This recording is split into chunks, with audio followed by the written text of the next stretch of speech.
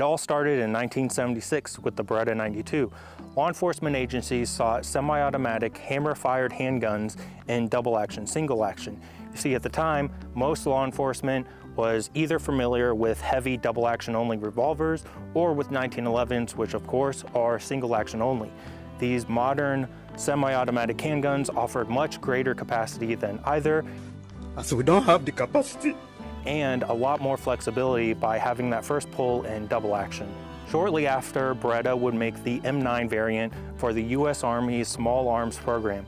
This was designed to help consolidate their, at the time, 25+ model inventory down to one standardized handgun that everyone would use. One of the things that the military wanted changed was the magazines. They lost this nice blued finish and they went to a coating that was a little bit more resistant to sand, water, corrosion, and things like that. They also chrome lined the barrels, which was not something that they previously had, just to increase that durability.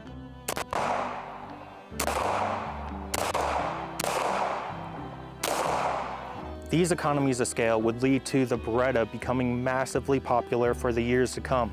From its widespread use in the military, law enforcement, the civilian market, Hollywood, video games, the Beretta was seemingly everywhere. Now, this gun specifically is a 92G model, the G standing for government.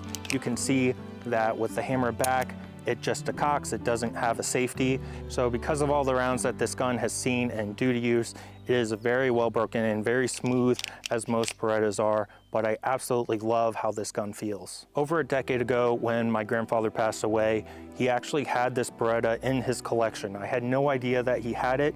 He talked about a lot of the guns that he did own, but for whatever reason, he never really talked about this one. And I was just completely in awe when I saw it. I thought it was a very cool gun. I didn't know a whole lot about guns at the time, but as you can tell by all the handgun videos that I have on my channel, I have an obsession with handguns, and this is the gun that really started that all. When I got this gun, it had very heavy finish wear from years and years of duty use, so of course I decided it needed a makeover. The frame is Cerakoted to a black that is very close to the factory finish, with the slide being color matched to a Beretta 1301 tactical shotgun in OD green. These lock grips kind of tie everything together. They are the thin profile, which helps me get a much better grip on the gun. It feels a lot more comfortable in my hand. They're a lot thinner than the factory plastic grips. I would highly recommend them to anyone that finds these guns to be just a little bit too big for their hand.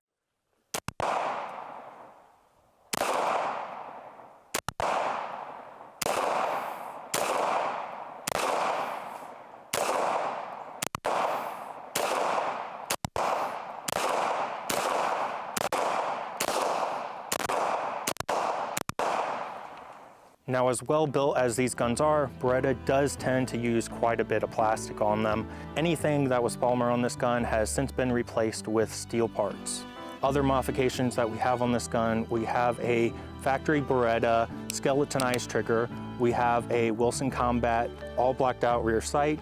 The front sight is part of the slide, and the night sights were extremely faded, so we have a little dab of Duracoat or Cerakote over that to just give you a little bit better of a sight picture.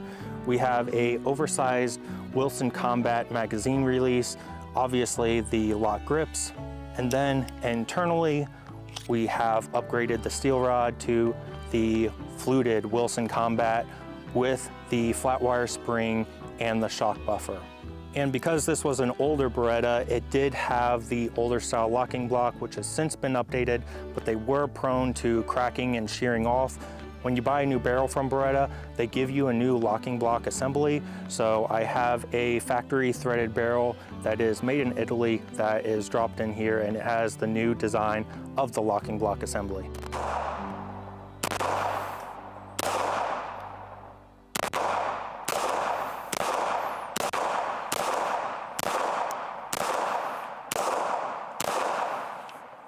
Now, compared to full-size 9mm handguns we have today, this Beretta is a very heavy and hefty gun.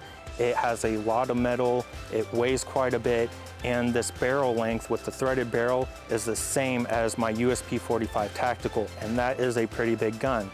Now, a friend of mine that was in the Navy was issued a Beretta M9, and he said he's thankful he never actually had to shoot it because he would have rather thrown it at the enemy than actually use the thing.